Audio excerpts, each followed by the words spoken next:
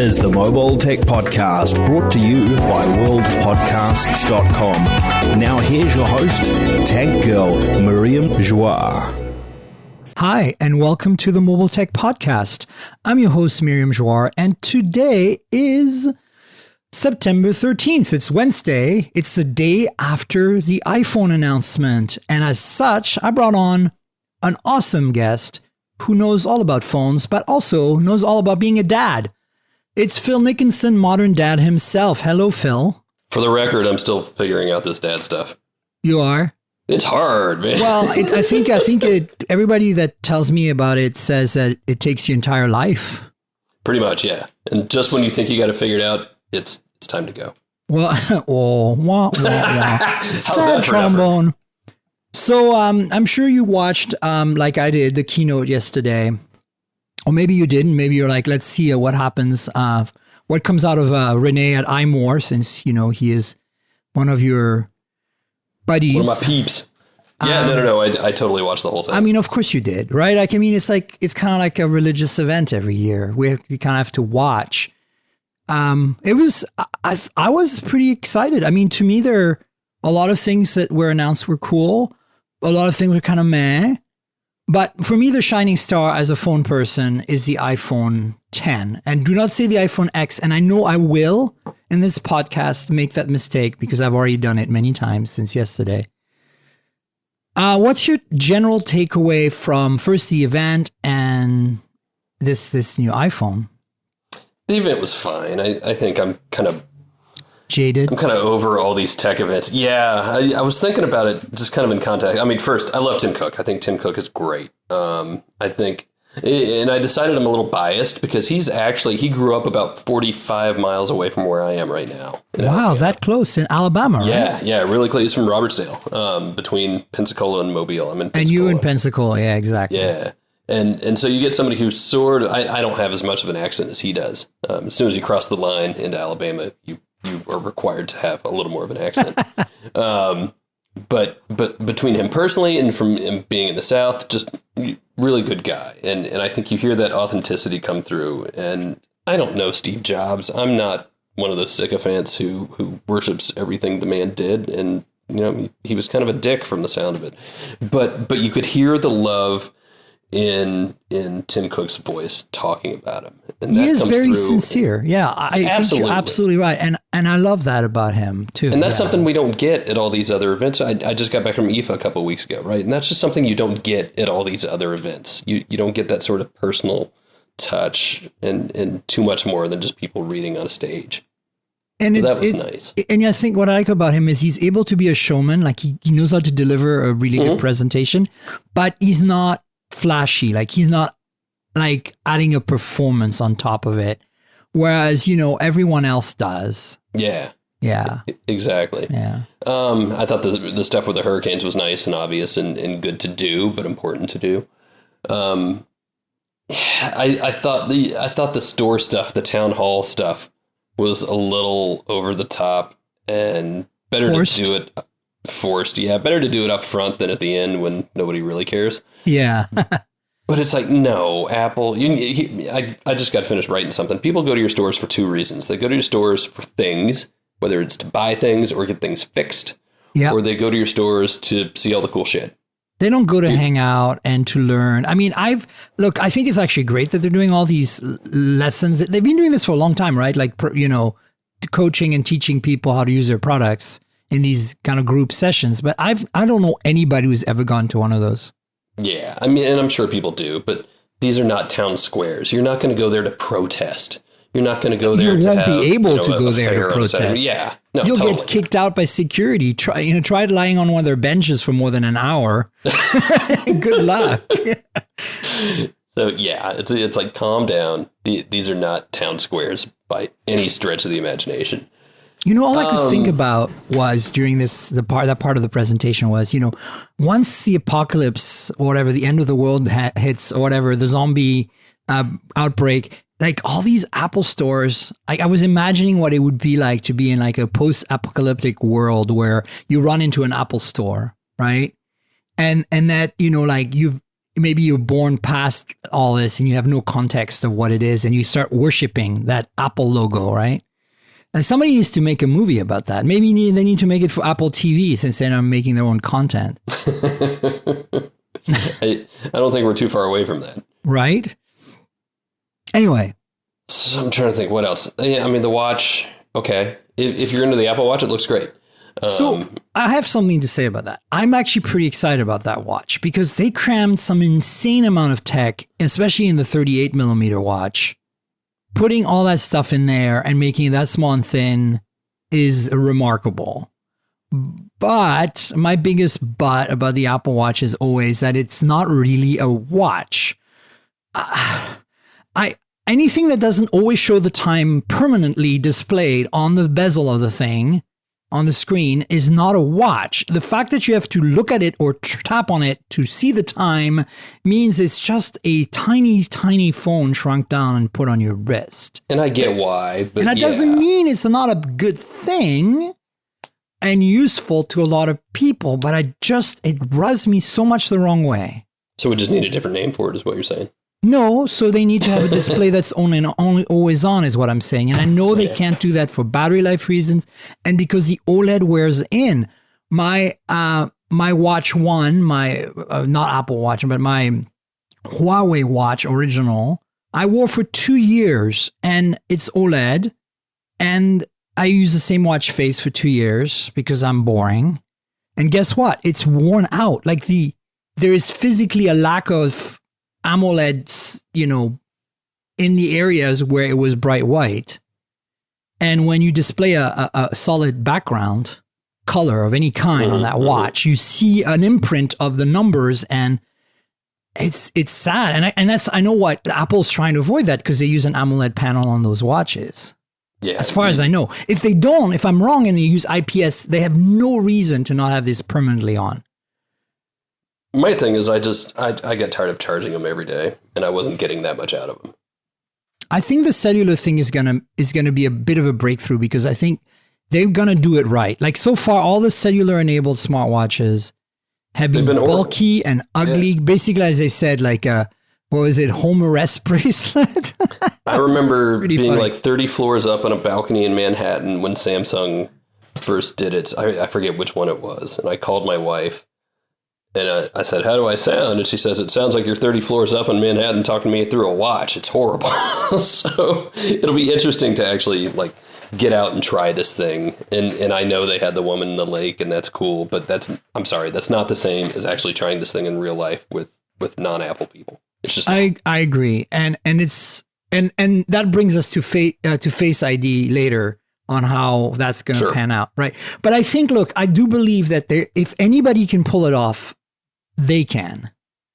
And I think wearing a device on your wrist that you don't need to carry your phone for everything, that if you want to just get a cup of coffee down the street and pay with Apple Pay, you can just wear your watch, or, a quick call you can make, or you can use Siri to dictate a quick text message, or better yet, with the AirPods, which I'm personally not a fan of because I'm a picky sound quality person and I don't think they sound good enough, but I'm a fan of in terms of how much technology they've managed to distill into a small package and how they've made it sync properly from left and right channel, and how it automatically connects to your phone so nicely, right? Like that's what Apple is really good at, taking existing technologies and making them better.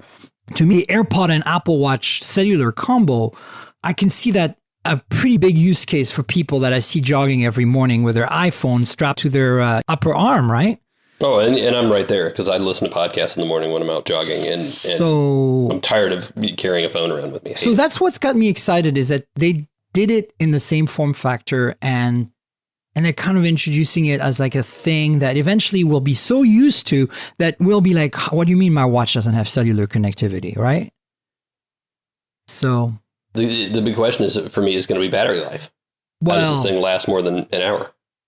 I think it will, and I think it'll be fine. But I think that they're, clearly, did you see the amount of custom chips they designed for that thing? I mean, that's totally what they have to. But the thing is, Apple has gotten good at that now. So I think it'll be okay, actually.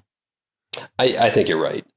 They wouldn't unveil this thing if it were just that dead. You know what I mean? And to me, I think it's kind of the highlight. It's one of the highlights of the show, of yesterday's event before the iPhone 10, because I was not. I mean, I knew there were rumors of an LTE Apple Watch, but and of course they did it by reusing the same form factor because that's what they do. I should have known. But once I actually thought that it was real and what it did, and I was like, wow, this is actually kind of like a sleeper hit of this event. I think, honestly, that's the second thing that I'm most excited about on the whole freaking thing. Somehow. What are you first most excited about? Well, the iPhone 10. and there's a lot of ifs and buts attached to that, obviously. But before we get there, since we seem to be doing the thing in order, let's talk about Apple TV. Sure. You are probably more to say about that because you're a modern dad and you review a lot of things that are not phones and watches like I do. I have dived into the streaming stuff a lot the past year. So I've got everything here. I've got a built-in Android TV in my living room. I've got Shield TV hooked up to it. So I have Android TV in Android TV, which is pretty crazy. I use Apple TV in the bedroom. Yeah, exactly. I use Apple TV in the bedroom. I've got a Fire TV hooked up to use when I feel like using it. I've got a Fire Stick also in the bedroom that I use sometimes. The Apple TV was kind of an expected upgrade. I mean, at this point, you have to have 4K. I mean, exactly. I mean, let's talk about that for a second as an aside. And come on, seriously, Apple 4K is a new thing? Like, please. Yeah, stop. Stop it now. I mean, HDR is still pretty new on these boxes. I think the first one was like in the spring sometime, right? Which one was it? The Razor? No. Oh, I forget which one. But yeah, I mean, but even then, I'm not sure people are going to notice the HDR as much unless you're looking at something side by side. You need a TV that has HDR, first of all. Yeah, and you're going to need that as well, yeah. So, okay, guys. I mean, these are two updates that you would totally expect to have in a brand new box in 2017. And gaming with the remote, really? Oh, the remote's Who's going to do that? The remote's awful. The remote just needs to die. Their remote is, that is the least Apple product of them all. Is it really? I just don't know how they get away with doing that. It's so bad. I've never used one, so I wouldn't know. I'm going to buy one, though. I'm actually thinking of seeing how much of a discount on the old ones is going to be now. Totally worth it, yeah. Because I don't need 4K, and more importantly, I'm setting up a projector in my place in Portland, and I want to be able to stream from a lot of devices. And right now, the reality is we watch our shows mostly on Apple. Sure. On Macs, right? So, and Theo has an iPhone, and I don't have an iPhone like that I use permanently, but I have access to one, and more importantly, I have several HTC phones that support streaming content to AirPlay, which is really cool, by the way. Like, I have to say, I forgot about that. Yeah, HTC kind of saves my day right now. But the good old 3-finger swipe. I know. It really kind of comes down to what platform do you get the most content through would be how I recommend what you get. Because at the end of the day, they're all doing the same thing. They're all streaming content. And not one of them really has an advantage over the others in terms of exclusivity at this point. Amazon almost kind of did because it had Amazon content. But now you have some Android TVs that are able to do Amazon content. Apple TV will be able to do Amazon content eventually this year. I hope so. It's coming. I mean, they said it's coming. We're just waiting. I hope it's coming to the old Apple TVs as well. I don't know why it wouldn't. It would be really weird if they locked that out. That would be a bad move. Yeah, a lot of people are not going to upgrade. For the most part, they all do the same thing, right? And you can get Google content on Apple TV. I think you can get Google content on Amazon. I got to remember now. Maybe not. For me, it's Netflix, really. Netflix, Hulu, and what else? So they all do the same thing. They all do it generally as well. I can't say that one device does anything particularly worse than the others. Although if forced, I would say it's the Apple TV has been the one that I found struggling on occasion. And I can't imagine that's a hardware thing because I've got, Fire Sticks that stream everything just fine. So you really need to be, and Apple TVs are a lot of money, right? Compared to a $99, Fire TV, $89, whatever it is. Shield TV is $200. So you can still get that for less than an Apple TV. So yeah, it's a good, a upgrade. Now, if you're way into HomeKit, actually, that's another reason to get the Apple TV, because it will serve as a HomeKit hub. So if you have things like, was it Wemo? Oh, right. Yeah. It's not Wemo. It's the August locks don't come with their own hubs. So it can serve as a HomeKit hub, and that can be a big deal if you're way into HomeKit. I'm not. So I can use any of those. But yeah, right. There are fewer and fewer reasons to pick one over another at this point. I mean, for me, it's AirPlay. I mean, my streaming from my Macs is going to be the thing we do the most, really. Sure. It's whatever we're watching in the web browser at this point kind of thing, you know? So sure. It's not, I don't even see us very often using the Apple TV natively to stream. We might sometimes, but most of the time we start watching shows on our laptops in the web browser, and then we suddenly decide, hey, let's cast that over to something. And AirPlay does it. And of course I have a Chromecast somewhere, right, that I can dig out to make the Android side of it happen if I need to. Mostly for me, is for Chromebooks is really nice, right? Mm-hmm. Chromebook, watching something on the web browser and then casting it out. Anyway, so Apple TV, meh, whatever. It's as expected. Games, blah. Yeah. So phones. So look at that. It took us about 15 minutes to get to the phones. Not bad, because, it keeps the listeners on their toes. Exactly. So I want to start with, obviously, not the iPhone 10 because I'm a shithead. But I want to start with the iPhone 8 and 8 Plus. Interestingly, not 7S and 7S Plus. Yeah. Okay. Yeah. So weird, right? I mean, it's. I'm not going to think they broke the naming convention big time yesterday, because iPhone 9 is never going to happen now. Right, exactly. And iPhone 7S is never going to happen either, which I'm kind of vexed by the naming weirdness there. Actually, I'm honestly of the big belief that, what's his name? Gruber at Daring Fireball a few years back said, Apple should just call the iPhone. All models, just iPhone. I totally agree. And like they do with iMac and MacBook. And I think that would be great. Like, this numbering thing has been so confusing. Putting S after a number, why the hell did they even do that? I can understand they did it for the iPhone 4 and 5. And then after that, I think with the 6, I would have dropped the numbering altogether and said, okay, this is a 2017 iPhone or whatever. Do the year in a parenthetical. Like they do with the Mac. When you see people talk about selling a used MacBook, they say it's a mid 2011 MacBook Pro or whatever. And then you have to kind of look it up on machistory.com or whatever that website is to figure out exactly what the specs were that year. And maybe they'll do that. I really, not to jump ahead, but I think the 10 is going to be the first to do it. I think it's going to be, no, I've been doing that in my head for a day now. I think that's going to be the real beginnings of a sea change for Apple on the phone side. And at some point, the iPhone with the home button is just going to disappear, right? I hope so. And when they do that, just don't even worry about how you say it. You just see it, iPhone X, right? You don't have to put a number after it. At that point, you switch to the years in parentheses and just go back. I really hope so. They need it so bad now, because their lineup now. Let's talk about the lineup before we talk about the phones, actually, because I think that's very interesting.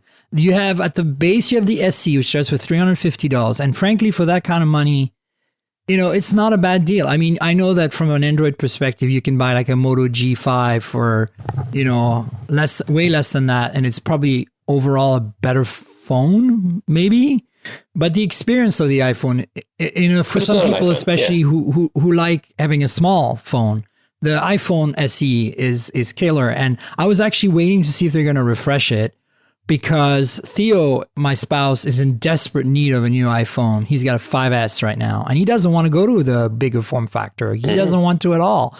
So I've been holding back on getting him an SE, but now that I know the SE is around for at least another year, let's just pull the trigger. For $350, it's not a huge expenditure for me anyway. And then there's the iPhone 6S that's still around. Yep. Right? Which is like, what? Like, I don't get that. I think they're just burning through that inventory. They can't be making them. Is the 6S Plus also still around? Let me look. I've got it open. Oh, thank you. Because now that you mention it, I should maybe get my kid something. You're going to get your kid. Apple announced something. An excuse to go shop at apples.com, right? I kind of feel it. I'll be horrible. You want to know what my 11-year-old daughter is now using? She's got a G6 just because I had it laying around. And I was like, what? All right, let's give it to her. That's actually pretty nice. It's a great phone. Are you kidding? I know. I love it. Let's see. Just the 6S and yes, the 6S Plus. So you can get both of them. $549 or $449. Oh yeah, and then so the SE and then the 6S and 6S Plus, and then how much are the prices you said? $449 and $549 is what I said. Yeah, I mean, $449, $549. $549 for a 6S Plus. Not horrible. Is not bad. iPhone 7 is still around, and iPhone 7 Plus. Yes. And those are how much? $549 and $669. Huh. Interesting. They're really stratifying them by like just a few $50 stratas here. That's weird. And then the iPhone 8, which we need to talk about, is pretty much the price of the iPhone 7 last year, correct? Yes. But you get more capacity. It starts at 64 now, right? Yeah, and that's I think what you got to do. Let's see. Yeah, the price is $669, $699, $799. Wow. Yeah, that's as expected. Yeah, that's God. See, and again, when you start thinking about it in your head like that, that's a lot of money. I don't think Apple cares what you buy. They're going to make money off it no matter what. Yeah. And then, of course, we've got the iPhone 10, which is $999 starting price for 64 gigs and $1,159 for 256 gigs. Am I right? So expensive. It's insane. Well, come on. The Note 8 is about the same, $939. Oh, totally. And I'm not, honestly, I was expecting it was going to be more.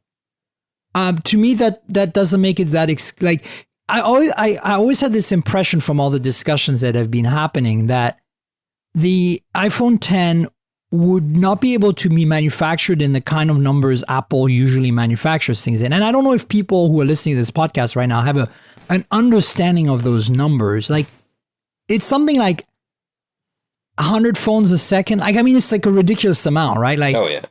So like, the supply chain and is kind of insane for these devices. And so a lot of people said, well, this iPhone 10 is going to be kind of like really state of the art, and they're not going to be able to manufacture as many because of supply and demand and stuff. And so they're going to price it a little, high enough that it's going to be aspirational. It's going to be like the Halo device.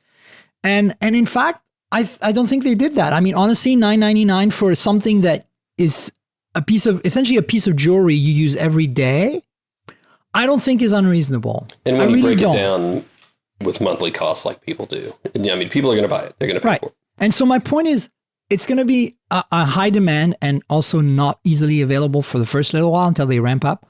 And I'm sure that they're not making it available to the public till November because they're ramping it up.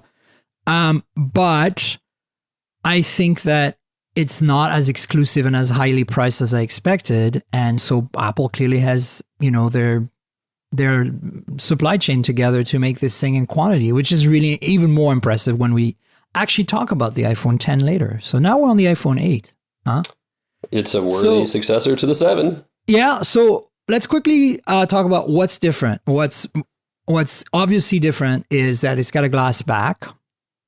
But otherwise it looks the same. It has wireless charging because of the glass back, and I'm super excited about this. And that's I know you are too. No, it's not that big of a deal, but I'm excited for me because it's Qi that they picked. They did not create some new thing like they did with the original Apple Watch. Have you noticed? Are you surprised about that? I'm pleasantly surprised. I want to say it's the obvious thing for them to do, but... Well, yeah, but at the same time, there was an alternate universe in which they could have done what they did with the original Apple Watch, which wasn't Qi compatible. And clearly, I don't know if the Series 2 is Qi compatible, but the Series 3 is clearly Qi compatible because they have a pad that called the AirPort. No, what is it? Air Power. Yeah. Air Power. Air Power. Air Power. It sounds like totally like some military thing. You gotta say it like that. So they have this pad, this wireless charging pad that's Qi compatible called Air Power, which lets you charge the new iPhones, the 8 and 8 Plus and 10, and the Apple Watch Series 3. And I don't think works with the old ones. And lets you a new accessory that I didn't even know existed, which is a charging case for your AirPods that has wireless charging built in, which I believe you have to buy extra because I don't think last year's has that. It's a cool little thing, though. Very cool. So anyway, rewinding, Qi is a wireless charging standard that it's spelled QI. It's been around for a really long time. I've been using it on various phones. The first big proponent of it was Nokia back in the day with the Windows phones. And then LG and Samsung played that game for a while. Samsung has been a continued long-term proponent of that. LG, it's hit and miss, depends on the phone. The V30 has Qi wireless charging, for example, but very few other recent LG flagships have it. Of course, the Notes and Galaxy S's of the last few years, I think starting with the S6 and Note 5, all had it standard. Then the S7 and Note 7, and of course the Note 7 is the phone we don't speak of. Otherwise, some kind of drones from Samsung appear on your window and shoot you down with lasers. Mine never actually left. They've been hovering this whole time. I know. And then, of course, you have the Galaxy S8 and Note 8 this year. These all have Qi. But it's interesting because starting with the Galaxy S7 last year, Samsung supported both wireless standards. There's another competing wireless charging standard that I can't remember what it's called. It used to be called PMA. That's prevalent at Starbucks and AT&T stores. Believe Power Mat. Power Mat, yes. And that one is also working with Samsung, but I don't think the iPhone is compatible with that. Qi is still a separate thing. But the bottom line is Qi is way more common. And so I actually have a bunch of Qi chargers in my house, and I'm really looking forward to using them again with an iPhone. And then the Nexus phones for a while had wireless charging through Qi as well, when they were made by LG. So, and then for some reason, suddenly Google stopped supporting it with the Nexus 5X and 6P. Wah, wah, wah. You know, somebody I was talking to, I think it was our good friend, David Ruddock. I saw him last night because MWC Americas is happening here in San Francisco this week. And we were at a little Qualcomm mixer last night and I ran into him. And, you know, he's a big curmudgeon, which is great. He makes me look like Happy Fun Phil. I know, exactly. And I had him on the podcast before. You just go back to a few episodes and you can listen to him. He's a great guy. And he was saying that, you know, it's kind of interesting that that this wireless thing is happening now and that Apple is making it big again because the next Pixel X, the new Pixel XL probably won't have it. Ironically, when you think that Google had wireless charging on so many Nexuses in the past. Yep. So they're going to have to bring that back probably with the Pixel the year after. Because here's the thing, and I think this is what's so significant about it. Once you use wireless charging, guys, it's nice to have. You don't need it, but it's nice to have. And there's more and more cars that have Qi compatible pads built into them now. And none of these iPhones could ever use them. And IKEA sells desks and tables with built-in Qi wireless charging. And so imagine what's going to happen once a lot of iPhones are out there with Qi wireless charging. It's going to become the de facto standard. So Qi became a big winner in yesterday's announcement. And I think we're all going to benefit from it. Having a universal wireless charging standard adopted by Apple is going to be is awesome, and I'm really excited about that. Yeah. What do you think? We dug up an old picture yesterday of me using the Droid Thunderbolt. Was it? No, it wasn't a Droid. It was the HTC. No, it was a Droid Thunderbolt because it was on Verizon. It was on an Energizer little 2 Qi charging pad thing. It was so old, and the picture's so bad in the video, I did even worse. And I had to go back and look at the date. It's 2011. Like, we've been using this stuff for a long time. It's before we settled on one. I think for me, it's at least been since 2010 or 11. I've been using Qi in some capacity or another. I often charge my Samsung phones on this old Nokia Qi wireless pad that I have. It doesn't charge very fast because it doesn't use the Samsung fast charge system that they have on the new pads. But I mean, for overnight, perfectly great, you know? Totally.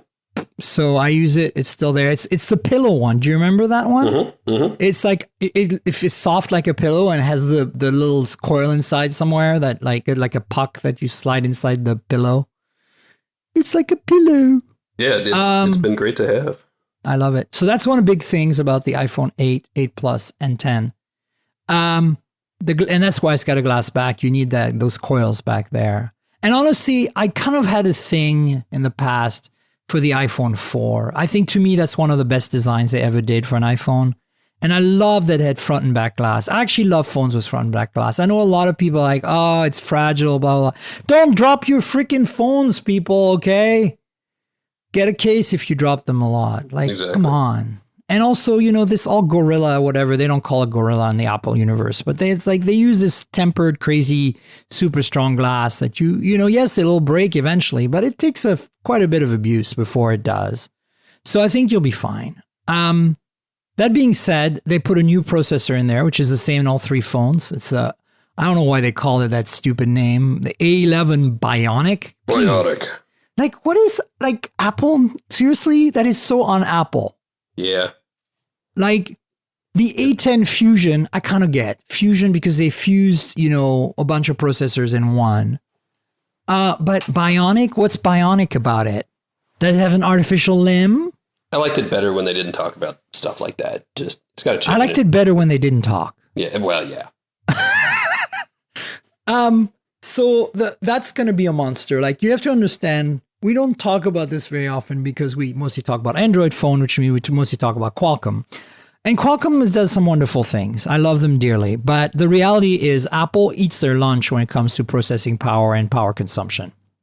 And the reason for that is Apple can do that. They're highly integrated in the entire stack from, the some of the apps all the way down to the OS to the driver level to the hardware. They make their own chips now, and they have for a while.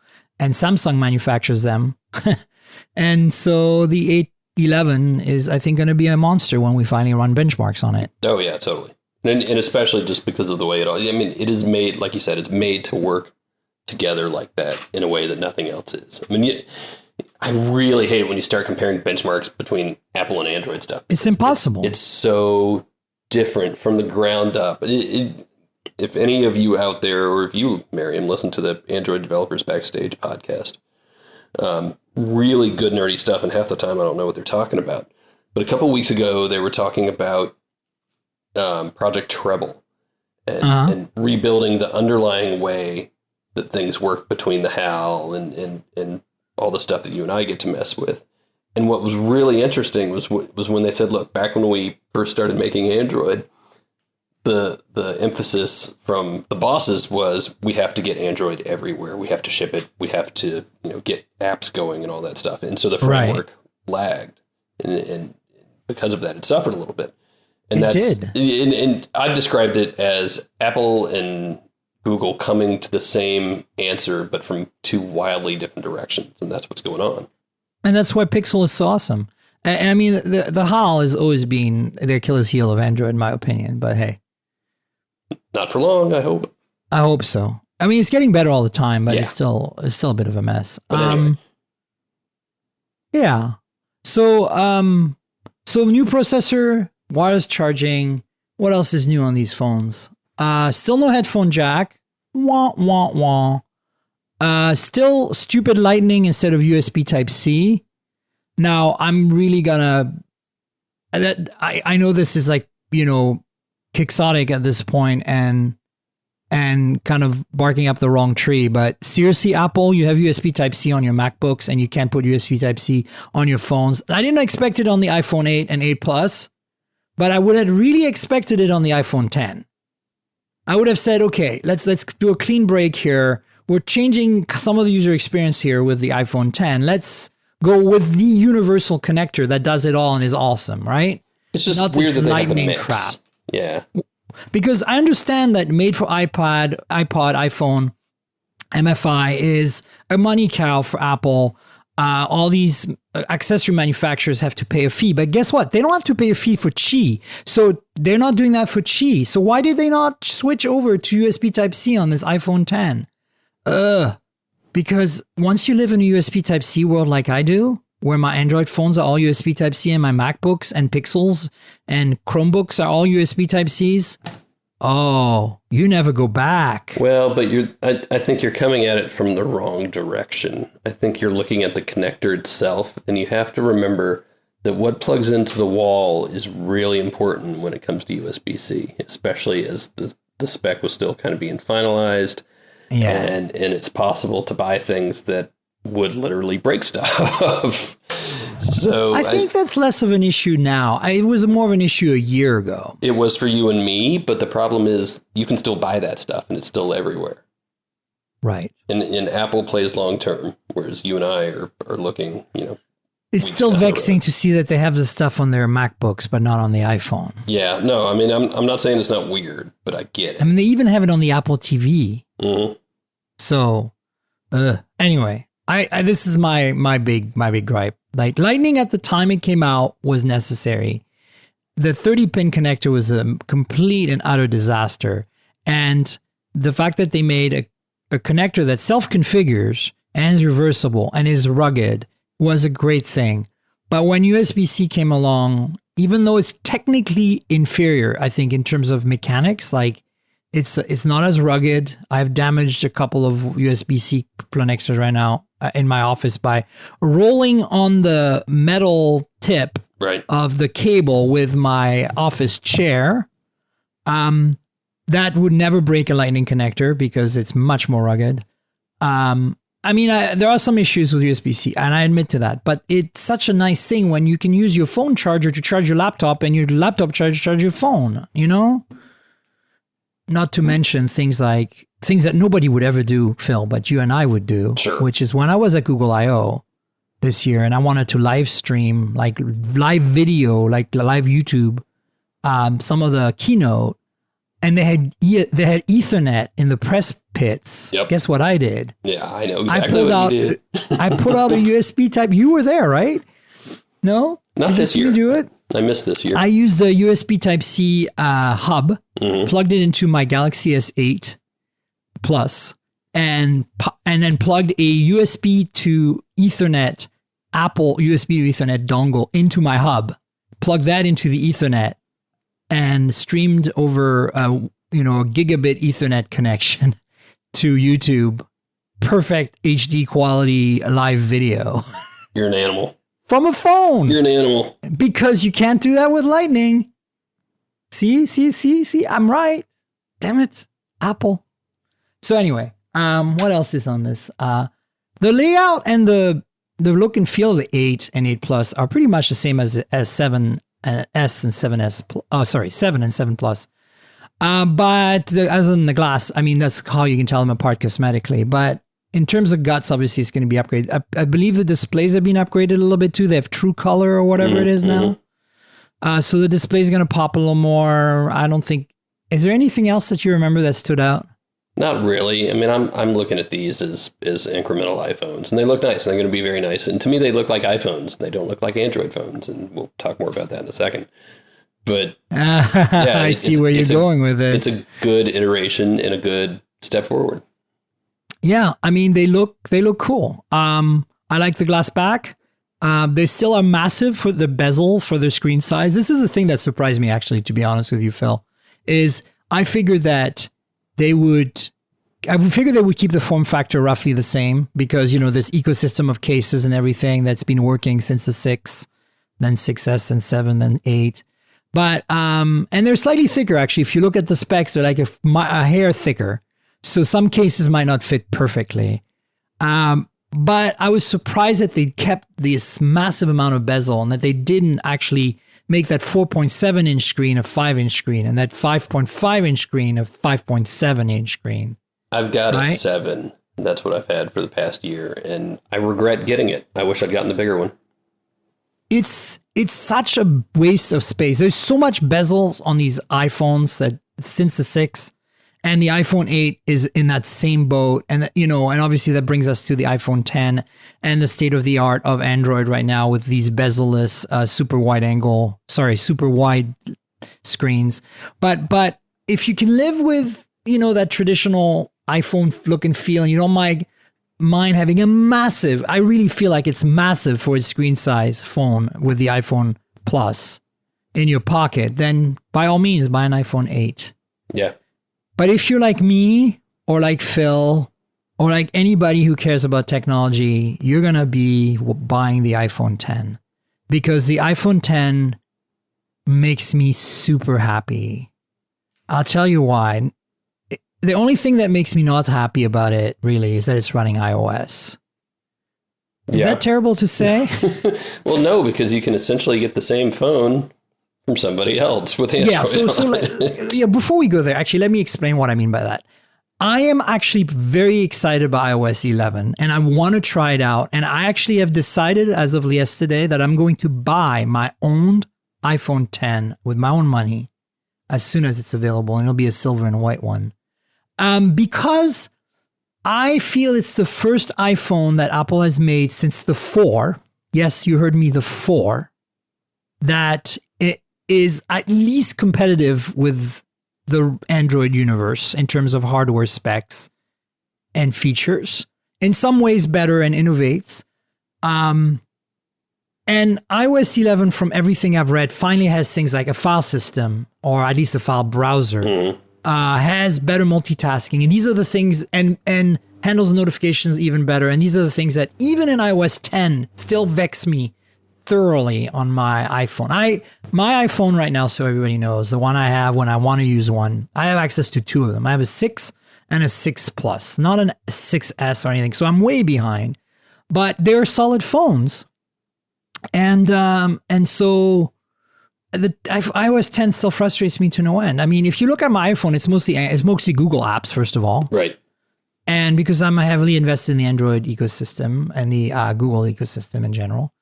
And I think a lot of people I know that have iPhones have lots of Android Google apps, I mean, on them, and they like them, and they like Google. They're happy with it, and they have a good experience. Like a lot of people love using what's it called, the Google Assistant on iPhones instead of Siri because it's a better AI. Everybody knows that. So I'm looking forward to buying my own iPhone 10. I've said it here, and I'm going to do it, and I'm very, very excited. And the reason for that is it really feels to me like this phone can run with the pack of the best Android phones. And that was not the case for the iPhone 7. That was not the case. That is not the case for the iPhone 8. It is not the case for any iPhone since I feel the 4 and maybe the 5S because of the fingerprint reader. Because Apple really made the fingerprint reader a thing that worked. Because until that, remember the Atrix? I do. So I tweeted yesterday. And I think this is a good example of what where my thinking lies here is that what did I tweet? Where is it?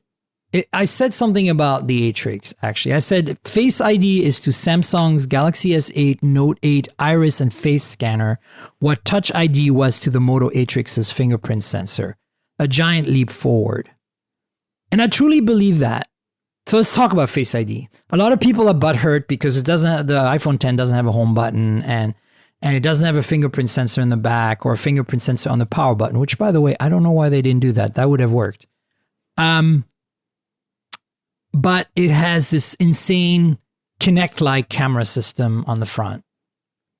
But this is not new technology. I don't know if you know this, but Qualcomm actually has this technology available for Android phone manufacturers in their latest Snapdragon 835. You can pair the front or rear camera with an infrared, light source that bathes the scene in infrared, and with a dot pattern projector that projects dots. And you have the camera, an infrared camera, get the data back and basically do a depth map of what's around you and basically get depth information and then do basically what Face ID is doing. You could do that on an Android phone with Qualcomm's technology today. Sure. Nobody's doing it for whatever reason. Apple seems to be the first one that said, let's try to make this work and make it work on the phone. And I think this is where that A11 and that, with its super optimized machine learning stuff built in is gonna work really well. I just tweeted something horrible. Did you? I said, I can't believe nobody's talking about the possibility of Apple turning on an unannounced under glass home button in a future update. Well, no, I think that's too early because I do too. I think that you're right. It's a good tweet, but I think that they were okay. Ideally, they wanted an under the screen fingerprint reader. Yes, and they couldn't get it, so they basically were like, let's see what else we can do, and they came up with Face ID, and I think it's gonna work. I think unlike. To me, okay, so first of all, the Galaxy S8 and Note 8 for me, that face recognition is easily spoofed with a photo. We all know that. So I'm not going to use it. It's the same as the Pixel and Nexus face unlock, right? Nobody really wants to use it. And Iris worked pretty well, except for I'm in Florida. It's sunny in Florida. I'm wearing sunglasses a lot of the time. Nonstop. Well, I hate to tell you, but for me, Iris doesn't work at all. Well, and that's the biggest issue. And I'm not the only one. A lot of people, not just tech journalists, a lot of people having issues, Galaxy S8, Galaxy S8 Plus, and Note 8 with the iris scanner. So bathing your face in an array of dots and an infrared so that you can do it at night and using machine learning to learn what your face looks like is actually pretty damn good. Like the science checks, the physics check, the computing checks, and Apple will pull it off and make it work. It'll be like the first Touch ID sensor. Remember, it was a little slow, but it worked. It was reliable. I see. And I'm glad you're giving them the benefit of the doubt. I'm sure everybody will. You don't feel that way? It'll be fine. I'm not going there yet. I got to see it. Well, I think we will all be able to test it at some point. Yeah. Oh, yeah. And, I'm actually still going to buy the phone no matter what. I believe Apple can pull it off. They have never put technology in their phones, I feel, that was really not working. Unlike the iris scanner from Samsung. It doesn't work, guys. I'm sorry. If it doesn't work for 10 people out of 100, it doesn't work. Yeah. Why'd you even have it in there? Whereas I think Apple will make this work for like 99.99% of the population. So I'm actually pretty gung-ho about this. Also because I'm an engineer and I understand what they're doing here. Is it better than Touch ID? This is a whole different discussion. I don't feel very confident about it in the sense that Touch ID I still think is a better technology. Like fingerprint reading, you don't have to look at the phone. I can pull out my my Pixel XL out of my pocket right now and put my index on the fingerprint sensor in the back as I'm pulling it out of my pocket. And by the time it's at my waist, it's unlocked. I haven't looked at the phone. I really do think, and I was thinking out loud on Twitter about this morning, actually. I really do think they will bring Touch ID back. Oh, they will. Once they get, and it'll be under glass on the next phone because it'll be ready by the time the next phone rolls. Yeah, and we know Apple's working on it. We know Samsung's working on it. And Qualcomm's got it coming too. Yeah, like we know the technology exists. It's just not ready for prime time yet. I don't think they would have baked it into the MacBooks, into the Touch Bar, knowing that they were just going to kill it on the phones this quickly. I agree. So I think maybe in the next phone, maybe not for 2 years, since talk about the TikTok cycle. Right. But I do believe it will come back. I would be very surprised if it didn't, and that Face ID and maybe Face ID will end up being a huge surprise and just work that well. And then instead of Face ID being the secondary way to log in, Touch ID will be the secondary way, or maybe they'll both be on equal footing. But yeah, I don't think we've seen the last of it. And you just pulled the words out of my mouth. I think that it's very possible that Face ID performs well enough on the iPhone 10 that they feel like, you know what, maybe we don't need to add that sensor back. And we'll see. I'd like to have both modes. It'd be really nice to have two options. And for me right now, the only place they could have put it is in the back, which is on Apple-like, or on the button, which I know requires a larger surface area than the button they have today. The side button, you mean? Yeah, the power button. But, Nextbit did it and it worked. Sony's done it in the past and it's worked. But I think that the power buttons on those phones was pretty wide compared to what Apple is trying to do. And Apple's using metal buttons. Of course, you can't do that for capacitive. You need plastic. So we'll see. I mean, the bottom line is I think Face ID is an elegant solution to the problem of not having a home button and not being able to put a fingerprint sensor under the screen at this point. And I feel that Apple will probably have tested this enough that it'll be like first gen Touch ID. It'll be decent. It'll improve over time. The big thing to me is that it brings a whole bunch of cool features to the front facing camera. And if you're a selfie person, being able to do portrait mode because of depth mapping through this infrared system and this great array, which is very much like what Kinect did 5 years ago on Xbox, but to scale down in size. Very much what Tango does, by the way, on the Tango phones. Mm-hmm. the Zenfone AR and the terribly large Fab 2 Pro, which I reviewed last year. Basically, all that condensed down to a tiny strip at the top of the screen. Very exciting. So, to me, what's got me excited about the iPhone 10 is that it's the first iPhone that I feel is an Android phone. Sorry, I was going to go there because you did. Let's. Too, it looks. Talk like about one. that. It looks like one. Yeah.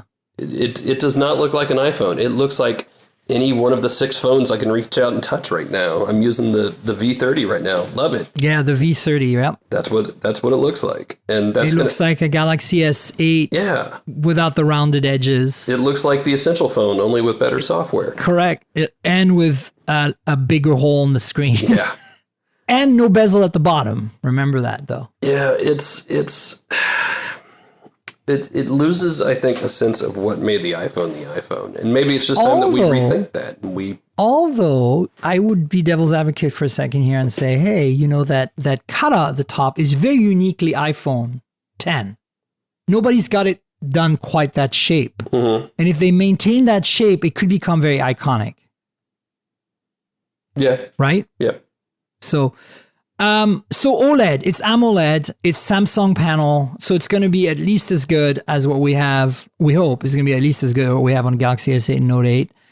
In case you don't know, those are the reference in terms of quality of display in the smartphone world today. Nothing can touch those. I mean, how much better can it get? The V30 is AMOLED too, and it's pretty decent, but we're talking about, how much better can it get? And I don't know, I guess another thing, as an aside, all 3 new iPhones support HDR10 video playback. Yeah, right? Again, I mean, that's cool. No, but that's new. The 7 doesn't do that. Right. So it's a gimmick, but whatever, it's there. So I want to hear what you think. I mean, okay, it does look like an Android phone, but I do feel that it potentially has that cutout that is uniquely shaped enough that people can recognize it. And the camera pod in the back being oriented a different way and being kind of big, all things considered. This is a small phone, guys. I don't think people realize, and I want to talk about this and ask you this question. I will read you the email a friend of mine sent. Do it. Because I think I want to hear from you what you think. Do it. So my friend Pearl, she lives in New York, said, "Hey, Miriam, I'm just catching up on Apple Keynote from yesterday. I'm trying to understand the difference between the iPhone 8 and 10. Both seem great, but they seem very similar. The only differences I've spotted in the iPhone 8 retains the home button and has the only screen box, no end to end. I guess she means that it has bezels. Right. Are there any other differences I've missed? It seems like the iPhone is for people who don't want to adopt Face ID." So I think this is a good question because she's a smart person that understands tech a bit and quite well, actually. And that was the question I was going to ask you. What would you recommend a relatively normal person? If somebody says, "Which one should I get?" and they're not, a nerd like we are, like not get the iPhone 8, the base iPhone 8. Yeah, 64 gigs. Just do it. I'm gonna get do I get a plus? I either get the iPhone 8 Plus or I wait and get a 10, and I haven't decided yet. So I think to answer her question, what would you say? Because I think she's actually probably comparing the iPhone 8 Plus and the 10 because they both have dual cameras. I would say, I think the thing to stress is that the iPhone 10 gives you more real estate than an iPhone 8 Plus. It's 5.8 inches. Yeah. In a package that's almost the exact same size as the iPhone 8. I would wait. Depends on what you have now. I'm going to punt. Yeah. But I think to explain the differences, I think people have no concept of the scale. Yeah. If you've never seen a G6, a V30, a Galaxy S8, not the Plus, the 8, right? You don't understand how much screen real estate you're getting for the size of the phone. Yeah, and that's going to be huge for people. And it's a life changer for me. I can't go back to a regular aspect ratio screen with the bezels now. Every time I go back to my Pixel or the HTC U11, which is another phone I really love, or the OnePlus 5, I think to myself, ugh. I think the way to explain it is that you get a small phone with a large screen. Yeah. And that once you test that or try that, it's a life-changing experience, and you're not going to want to go back. So to me, that's the big difference. The other big difference is, yes, no Touch ID, so you have to use Face ID, but I don't think that's going to be a problem. Again, I think that people are going to get used to it very quickly. There are some drawbacks because you can't unlock the phone in your pocket while you're pulling it out because you don't physically contact the phone to unlock it. And this is assuming of course Face ID works, which I think it will. The other big difference is the camera system on the iPhone 10 is better than the camera system on the iPhone 8 Plus. This is a minor difference, but it has OIS on both lenses. And the telelens, the zoom lens, is f over 2.4. It's faster than the f over 2.8 on the 8 Plus, meaning better low light performance. And if you combine that with the OIS, even better low light performance. So that means portrait mode in low light, better. That means, zoom photography in low light of better quality. And then finally, the fact that you can do depth portrait mode and the front-facing camera because you have this infrared Face ID scanner system. All of a sudden, it opens up portrait mode for the front camera, which the 8 can't do. So those are the differences, really. I don't care about the selfies. I don't care about poop emojis. I'm old. Oh, the poop emojis I don't care about. I don't care about the selfies. But I mean, I have to admit that having a good front-facing camera with depth is nice. I mean, you can do some cool stuff with that. Sure. But the rear camera is what I'm really excited about. Finally, like the Note 8 was the first phone that had a zoom lens and a regular lens where both were OIS stabilized. And this is the second phone with that set technology. Now, it's not there's been other phones that have both lenses, a dual camera system with both lenses and OIS. Namely the Huawei P10, P10 Plus, and Mate 9, but they do monochrome colored, sensors pairs rather than regular and zoom lens pair, right? Right. So that's a nice feature to have, and I think that the quality of the photography on the 10 is going to has a bit of an edge over the 8, I think, and 8 Plus from that. It should, yeah, especially for as much more as it costs. Keep that in mind. Your $999 are going towards not only having a flashy new iPhone that is going to be instantly recognizable as the new iPhone that's bezel-less, but also that you're getting some advantages in terms of photography, front and back, and that you're getting a lot of real estate on a small form factor. And for me, honestly, real estate, I can never have more. I used to think that I could never get a bigger phone, a bigger screen. That would never need a bigger screen past a certain size. Like, 4.3 for a while I thought was perfectly fine. Then 4.7, then 5, then 5.2, then 5.5. And now I'm like, forget it. I want as much screen real estate in the smallest phone I can get. Yeah. Because you just, once you get used to it, you're like, you can't go back to a smaller phone. So, yeah. What else do we want to talk about the iPhone 10? Anything that I'm missing? I'm looking at the Apple website right now to make sure I didn't miss anything. The poop emoji that's animated, I don't care about. Yeah. You think we'll see Face ID in MacBooks at some point? For sure. Why not? Yeah, I don't know why you wouldn't. Apple's very incremental on this. Like, I think it's going to take a few generations before we get to it. I kind of hate that about them sometimes. They're too incremental. And that's why this 10th year anniversary iPhone 10 is exciting to me, because it's like finally they're not just incrementing on their usual thing like they did with the iPhone 8, but they're actually like kind of leading the trend, not leading, but in some ways with Face ID leading, but they are at least on par with what LG and Samsung are doing. And Essential doesn't really count because Essential is just a one-off thing. And all the reviews says I don't have one, and I really am trying to get my hands on one, but do you have one? I do not. I've seen it. It looks nice. It feels nice.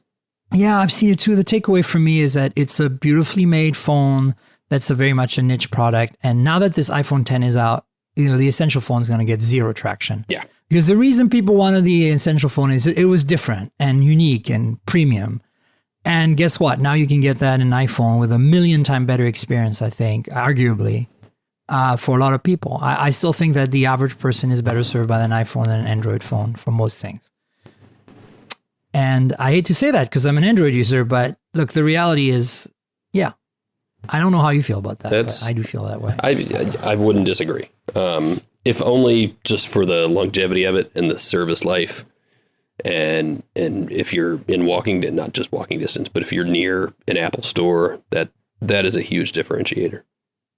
Yeah, I mean, you can get support you don't have to rely on friends and family if you need support. You can just walk into an Apple store and get help from people who know what they're doing. And, to me, that nobody can pull, and nobody does that better. And the same with our laptops. It's pretty awesome. So the other thing I wanted to point out, I don't know if you've seen on their website, but there's no trace of an unlocked iPhone 10 for sale. They usually wait a few weeks. I'm worried about they? that because that's what I want. Well, then you buy it on Verizon and it's unlocked out of the box.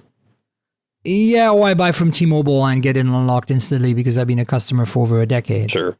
Or more than that, since 2000, since they were called VoiceStream. Wow. It's a long time ago. But the problem with that is it still rubs me the wrong way. Oh, no, totally. I want my unlocked phone. I want my MTV. Give it to me. Should be. So let's see if the iPhone 8 is available unlocked. Let's see. Models and pricing. Why are you so slow, Apple website? So let's see. If I select an iPhone 8 Plus, buy without a carrier is an option right off the bat for the iPhone 8 and 8 Plus. So that's not an option on iPhone 10. Interesting. Damn it. Anyway. So any final words? Any thoughts that... are you excited about this phone? I mean, I am. Are you excited that Apple is back in the game of making something that is at least on par and in some way better than the competition? I'm cautiously excited about it. I gotta see how Face ID works in real life. That's the big unknown, right? Yeah, and that's not one you can learn at a demo floor or just take their word for it. You have to live with it. You have to get it out and try it under all these lighting conditions and just in your daily life and see how it works. And maybe it's going to be great. I really hope it is. Maybe it's not, but we just don't know yet. And that's a lot of money to spend on something that has that big of a question. At the same time, how can Apple screw that up? How can Samsung have batteries explode? Well... actually, I'm not surprised about Samsung's battery exploding, to be honest with you. I would really be surprised if Apple had... there've been some issues with Apple products before. Like, we know that. The iPhone 4 antenna gate was, I think, a real problem. It was a minor problem in the end in the great scheme of things. But they did have to re-engineer the iPhone later to solve the problem. The 4S certainly solved the problem. Sure. And I think that to some extent, Apple Maps with iOS 7 was a disaster. But then again, who uses Apple Maps? Yeah. I hate to say this because I'm sure like right now there's a million people out there using Apple Maps all the time. But like I cannot fathom how people use Apple cloud-based services. I don't. It's funny. I want to tell you about this. It's an anecdote, but it's interesting. The last review unit I got from Apple was the iPhone 6 Plus I have. And they gave it to me on one condition, which was you live with it for a month with your own SIM card in it. And you give it a fair, be fair to it. Because they know I'm a big Android user. And I said, okay. And they gave it to me so the iPhone 6 came out, let's see, 3 years ago? 4 years ago? 3? See, let's go back. 8 is this year, 7's last year, 7S 2 years ago, 6 is 3 years ago. The 3 years ago it came out, and then I kept begging for a review unit, and it wasn't until the beginning of the next year, like January of whatever that year was, that they gave me a review unit. And with that condition of use it for a month and really be fair to it. And I did. I put my own T-Mobile SIM in it. It was an unlocked, highest capacity iPhone 6 Plus white. And I put my SIM in it and I use it at, I get this, Phil, Mobile Congress. Nice. That's a big step, right? Like that's really putting it through its paces, right? Took it to Mobile Congress, used it for an entire month. I kid you not. And I have to say I was pretty happy overall. But ultimately, when I did get frustrated, I got extremely frustrated. Like the whole sharing between apps thing doesn't happen on iPhone. Oh, yeah. And it still doesn't happen on iPhone. And this was an iOS 7 device when it launched. And I've had 3 updates to the OS since then. I'm iOS 10. And I still feel the same way about the multitasking and the file system or lack thereof, and the share sheets, the sharing between apps. The fact that I just can't do it easily is really bugging me. And that's why that's what I said in my kind of like takeaway about this experience I had. And Apple never talked to me again. No, I'm joking. That's not true. I do have a good relationship with their PR team, but they are certainly not giving me review units anymore, and are certainly not inviting me to their events. So yeah, I really hope iOS 11 fixes that, because to me, you can have the best hardware with the coolest features, and if Face ID turns out to be awesome and everybody loves it and we get accustomed to it, it's still not going to cut it for me if I can't feel like I'm productive. I can use an iPhone. I'm just slower on it. It's the little things. Notifications are still not great. Oh God, notifications.